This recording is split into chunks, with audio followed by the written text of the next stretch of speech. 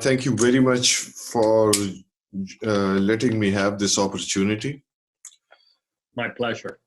Tony, I welcome you and all my audiences to my YouTube channel, Sami Saleh Khan. Today, for the benefit of the audience, I would like to ask you about the hygiene, the housing, and obviously the nutrition and the breeding season and any other things that you would like to discuss. So let's start, Tony. All right. You know, today it's interesting because today what I have been saying all along materialized. I got a photo of a very sick bird, and the aviculturist says, how can I fix it? And he was overlooking the cause of the problem, which was a very dirty cage. I always say that if you're not prepared to live in the cage, then it's not clean. Yeah. When I visited your country, I was struck by a number of things. The passion. Yeah. There's huge passion for aviculture. You have some fantastic birds. And then disappointingly enough, hygiene was often ignored. Hygiene with diet and an understanding of the species' needs are the keys to success. If you don't understand hygiene, you're always going to be dealing with a Band-Aid effect. Your birds are going to get sick, you treat them, they get sick, you treat them. And eventually the bacteria just overwhelms the body because the birds no longer respond. Yeah. So that's one scenario. A second scenario that I see is where viruses, PBFD, beak and feather disease, and polyoma occur in the collection. Yeah. And then, so the attitude is, well, I'll get rid of the birds and I'll bring in new birds. Well, the virus lives in dust. It lives in fecal matter. It lives in wood. So all you're doing is reinfecting new birds. I stress that cages need to be immaculate, because if they're not, you're going to constantly be dealing with health issues. And even if the birds survive poor conditions, you're going to have a high incidence of infertile eggs because birds mate and defecate through the same opening. Yeah. And when they are in a dirty environment and the water bowl is dirty, that comes out of the same opening that they mate through. So low-grade bacterial infections affect fertility because it kills the sperm. It affects the ability of sperm to fertilize an egg. Yeah. There's many consequences. So the number one point that I would like to stress is hygiene. Okay. If the cage is not clean enough for you to sleep in it, it's not clean enough for the birds. Done. And if you don't keep it clean, it means that sooner or later you will have bacterial problems. And you can maybe save the birds. You can save them once, twice, but eventually that bacteria is going to develop an immune response system to the antibiotics, and it's just going to survive and overwhelm the birds. So what you're doing is you're literally replacing birds that die when they shouldn't be dying in the first place. That's one factor. So I stress hygiene. It's very important. If you can control hygiene, you can control many diseases. You can control infertility. You can control long-term life of the birds. I got also some photos this week of an aviary, and it was very nicely laid out. But they were stacked. There were two cages, one on top of the other. Okay. Really clean the bottom cage or the top cage. You need to eventually, and hopefully not eventually, but regularly, you need to wash the cages down. When you wash the top cages, the birds on the bottom are going to get covered in water or fecal matter. You should never have tears. And also, birds live in a forest. They live high up. They look down at us. They don't look up at us, or at least parrots. So it's extremely stressful when you have a collection of birds and there's two tiers and you've got birds on the bottom. Those birds are only ever going to see legs. And then you really can't monitor your birds. You can't see if they're looking bright, if they are aggressive, if they are losing feathers. It's very difficult to be walking with your head close to the ground. So I don't recommend two tiers. You have the birds up high, and you need to have them in such a manner that it's very easy to clean.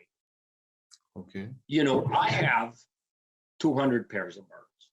I have somebody that all he does, one employee, 8 hours a day, 7 days a week, all he does is clean cages.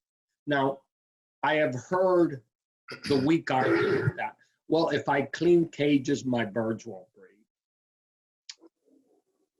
We produce roughly about 100 macaws, 100 Amazons, and 100 cockatoos every year. If that principle were right, this is what I would be producing.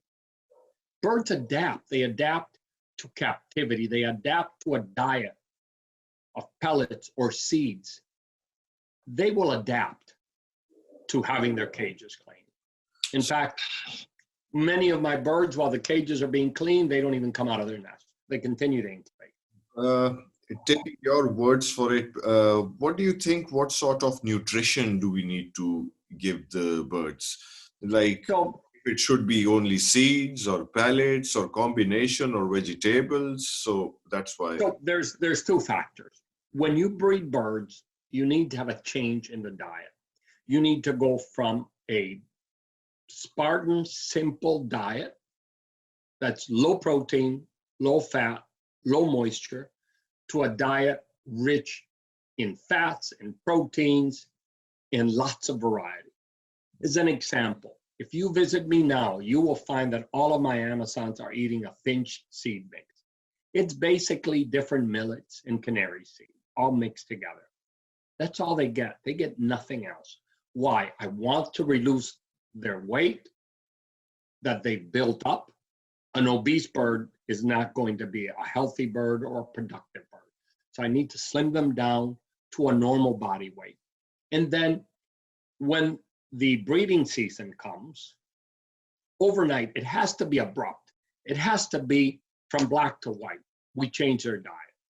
Okay. And then we go to 70% pellets and 30% vegetables. I don't like feeding fruit because cultivated fruits, commercial apples and bananas, are very, very rich in sugars. And if you study parrots in the wild, you will realize that they don't eat fruit at a ripe stage. First of all, if you look at wild apples, they're tiny, they're bitter, they have no sugar content. A cultivated apple is a packet of sugar. So what the parrots encounter are fruits that are low in sugar, and then they harvest, they eat them before they ripen, so they don't compete with monkeys and with mammals and with fruit-eating birds. They eliminate all that by eating the fruits green.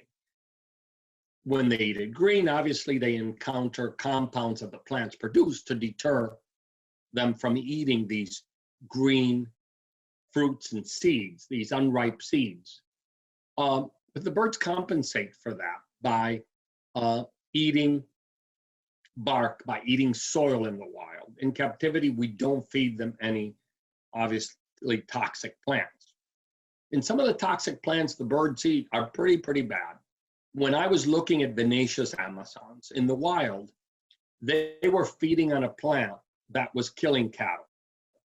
When the cattle fed on it, they would have heart attacks. And the Amazons were eating it actively. And they were eating it, and then they would eat bark. The bark would bind with the toxins, and they would defecate. In captivity, we don't feed toxins, but we should feed a lot of vegetables. And vegetables include carrots and pumpkin and the yellow sweet potato. These are all should all be steamed to break the fibers and make beta carotene readily accessible. Broccoli, hot peppers. You don't feed lettuce, you don't feed cucumber because they have no nutrition. When you look at a food item, your test, it should be nutritious. Something that's water should be avoided.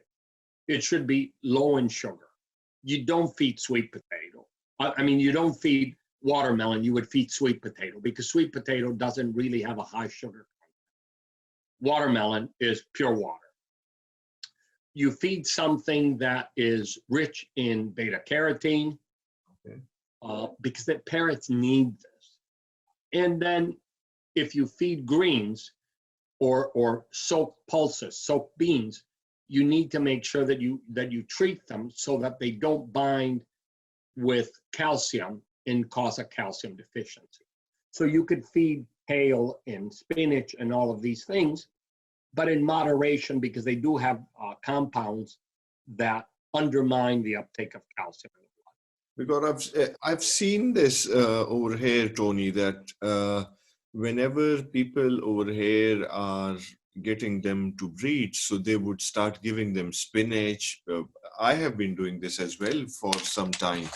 I used to give them spinach. I used to give them carrots, beetroot, plus soaked seeds, and then a few, little bit of tinge of these sorts of vitamins as well for their to get them activated for their breeding.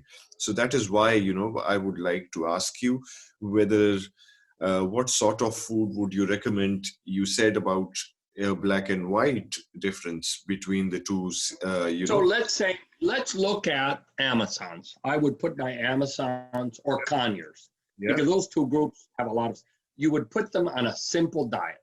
Okay. Basically small seeds that are low in fat. When you believe your breeding season starts, and Amazons are seasonal, Conyers breed year round. Many Conyers breed year round. You go from one day to the next. The next day they would get 70% pellets or a very good seed mix. Okay. If you're using seeds, then you want to add vitamins and minerals to your vegetables. You don't add them to the water because the birds defecate in the water. They don't drink that much water. And many vitamins have sugars that basically create a bacteria soup when a bird soaks their food, when they defecate in it. So what you do is you add your vitamins to your soft food. And you would give them vitamins and calcium if you feed seeds. You would give the birds these on vegetables. And vegetables that I like, carrot, pumpkin, the yellow or American sweet potato. Those should be blanched to break the fibers. You can add beets, you can add broccoli. You can use some spinach, but not overdo it. Okay. And if you do, make sure you compensate by adding extra calcium. You don't add calcium to water, you add it to the food. You want to make sure that they eat it.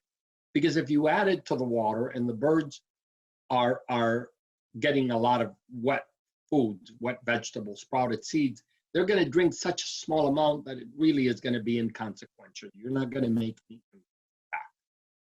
So you would always want to add you would always want to add vitamins and minerals to vegetables.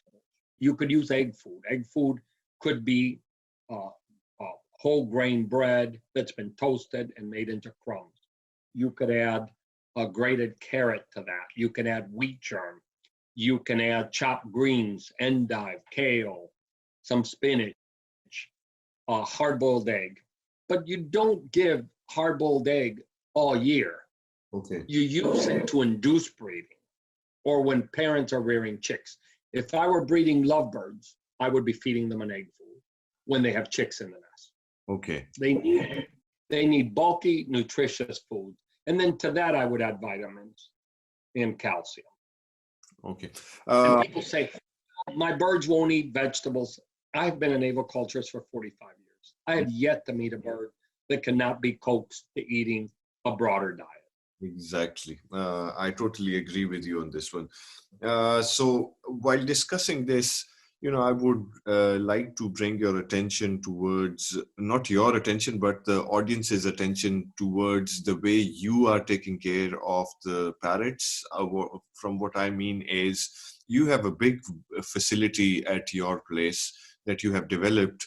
And, I have been going through, so I want people to know what sort of area do you have for each pair? And I've seen that you have grown their local plants as well to get them into that.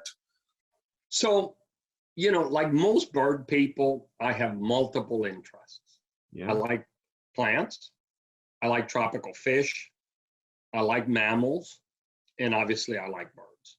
So what I tried to do was to integrate many of these things together. When visitors come, and we're always welcoming visitors. If you come to Miami, you reach out to me. If I'm home, I have no problem, having you visit.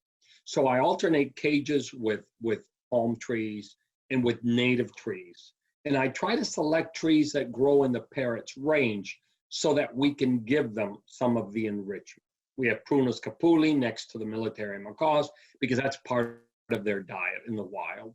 Yeah. So we try to select plants that they would normally encounter in the wild. We use those as part of the enrichment. And, if we use Prunus capuli, it's a cherry, we feed them green. They really are not very appealing.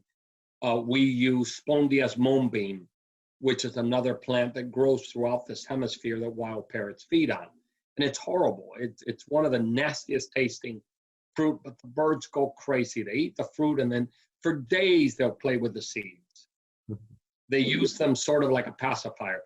They're always doing this. Okay. I've seen birds grab the seed in their feet and then just walk around the cage, stop and chew it. So I balance this, and cages start at about 3.6 meters and go up to 4.8. We have limitations because we do live in a hurricane area. Yeah. So if we get too big, the risk of a cage collapsing is great. We use everything elevated, and we use elevated cages for multiple reasons. One, because a bacteria called Klebsiella is common in our ground, and it's very lethal to parrots. So we don't want them coming in contact with the ground. Two, I like to give my birds privacy. I don't want to have to walk in their enclosure to clean. I think traditional walk-in enclosures are very suitable for Europe. They're not suitable for most warm climates. You want good airflow. You don't need cement walls to block wind. On the contrary, you want an airflow. Airflow reduces bacterial infection. And then it also permits me to feed foods that when the birds drop it, it goes through the cage and out of the cage. If I feed egg food, we put it in bowls, and an hour later we pick up the bowls. What they have not eaten is discarded because of the risk of egg spoiling. But if they carry a piece to their perch and they drop it, it goes right through. It facilitates keeping the cages clean also. Another question over here, just intriguing me. I need to ask you about this. What sort of parrots do you think are easier to breed for people? I always recommend, look, when people join, I always say start out with budgies, and with cockatiels and with lovebirds, and progress. Make sure that you understand that it's a daily commitment. Oh, yes. Christmas for us here is coming up, New Year. Most of my friends are going to be out celebrating. Well, we're going to be taking care of animals. The workers understand that they have to work holidays. There is no holidays. There is nothing if you have a bird collection. So you need to understand the commitment long. I always say that if you're going to get a pet bird, you need to understand that it's like an adoption. Yeah. You're adopting a child that's not going to go to college, that's not going to grow up, and that's going to be with you for a long, long time. Yes. And if you understand these things, then you can become a successful pet owner. If you can't, then you are doomed to fail. So we work nonstop. It is a job that's daily. I wake up every morning at 6. I'm out at 6:30. It starts getting light at about 7. So when I am home, I am the first and the last to feed all the babies. I want to feed all the chicks. I have a job. People think I live off my birds. I don't. The birds are my hobby. I have a full-time job. I have a family. So I feed before I go to work, and I feed at night, so I monitor my birds. And before I go to work, I look at all my birds, and I make little sandwiches of whole grain bread and peanut butter or almond butter or one of these. And I give a piece, and the piece may be that big. It may be pea size to an Amazon or a cockatoo. Amazons and cockatoos need low-fat diets. But I give it to the birds because I want to interact with them. I want the birds to come forward. If the bird doesn't come forward, then there's something wrong. Okay. So I very quickly give these treats to all my birds. And I see every single bird every day that I'm home, at least once a day. If I come home early, I'll be walking around. Today, I came home early and I went ahead and I replaced some perches. I very actively work with my birds because they teach me things on a daily basis. People say, oh, you know so much. And honestly, I think I know less today than I knew yesterday because every day the birds prove me wrong. Oh, what a wonderful saying over here. Really, I appreciate the way you want to take this, I would not say as a profession, but a hobby. And the way you are my passion. Enthusiast, right? So, for me, this is what inspires me, looking at people just like you to take care of them. And as you said, you need to commit. You need to ask your family to commit as well. That would be my message to all the new fanciers as well. That, About ask them as well. About the care. So we have 200 cages, and I have 3 workers here. Oh my God. And so one worker feeds. Yeah. And she feeds and cleans bowls. All the bowls are cleaned daily. Another worker only cleans cages. And then the third person hand feeds, helps me hand feed. But so in really, we have 3 workers plus myself. And on Saturdays and Sundays, my day starts very early and ends very late because it's an opportunity for me to change the nest boxes, to work with the birds. You need to take a proactive role. Tony, as you said, I change my food pots and the water pots twice in a day, right? Once in the morning, I keep everything fresh for them, start giving them food. Then in the evening, not in the evening, but in the afternoon, I would change the pots and get them fresh pots. So that, that is what I always advocate for as well, that yes, you need to keep them clean, whether it's the pots, whether it's the perches, the cages, or the master cage, anything, what you want. Correct. We have 2 bowls in every cage, and we have automatic watering system. So the birds drink from nipples. In fact, let me get a nipple so you can see what they do. Yeah, why not?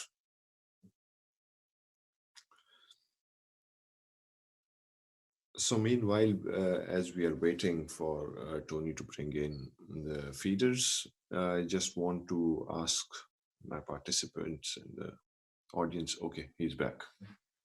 Yeah, so these are watering nipples, and they're put at this angle in a cage. Yeah. Why? Because I don't want water to collect inside. Okay. So they're hung at an angle, and the birds squeeze it and drink. It provides fresh water all the time, and the birds even learn to shower. What they do, and it's very funny to watch, is they grab with one toenail, they pull it down, and they sit underneath and shower. That would be such a nice, sight. Yeah, kites are notorious for this. When one kite starts to shower, they all shower. So these are stainless steel. They're industrial grade stainless steel. They provide water. So we have 2 bowls. So in the morning, when we give vegetables, a worker goes around giving all the vegetables. She then cleans the bowls that she's taken out, and then she goes back and feeds the dry food, which would be pellets or seeds and nuts for the macaws. Remember, there's no one diet for all species. There are multiple diets for multiple species. We give nuts to the palm cockatoos and the macaws, the large macaws. We give lots of greens to some of the Australian terrestrial cockatoos, rose-breasted Major Mitchells. We give little treats to the conures to keep them motivated. In fact, they're already starting to nest. So the conures will nest here in winter. We vary the diet. There's no one diet fits all. There are many diets, and you need to understand the needs of the species. We feed mainly pellets to our birds. We don't feed pellets to eclectus, just simply because they need food that's not condensed minerals and vegetables. They need something with fiber. They need low nutrient-rich foods. So we give the eclectus seed mixes. We give them lots of vegetables. Over here, when you were discussing this, something came to my mind that what sort of big bird would you recommend for people to, have? For example, I am trying to get myself a big bird as well. I have lovebirds, but, and I'm looking at a picture right off your shoulder that is of a Gala cockatoo. So do you? Yes. Yeah. The reason this was given to me by a veterinarian in Brazil, because it represents the cover. It copies the cover of my Citiculture. Yes. Yes. And Vanessa Garcia is her name. She gave me that. Okay. And, I have lots of little tokens. When people give me something, I treasure it because they don't have to give me anything. So any little gift that I'm given is saved. And it's everywhere. If you walk through my house, you will see lots of little tokens and lots of little things that I'm given when I travel, and I treasure everything. Oh yes, in that it's such a hobby, honestly. You get connected to people. Look at us, I'm a doctor. Yes. Profession, and now we are talking. This is the third time that we are communicating as well. It's such a beautiful hobby. I came to know. The incredible thing is that we can be of different religions, of different political views, of different cultures. But when it comes to birds, we become this. Oh, it doesn't matter. None of that matters. That our passion leads us. Yes, Tony, back to me. Sorry to cut you. I'm just going to give you one thing. Yesterday, I was talking to a friend from Holland, and what he said, that if you give birds to every person in every country, there won't be any war. So I said, wow, yes, what a... It unites us. It unites us. And it's quite incredible because it doesn't matter what our religious or our political views or anything. None of that is important because we have something that's greater. And that's the beauty of this thing.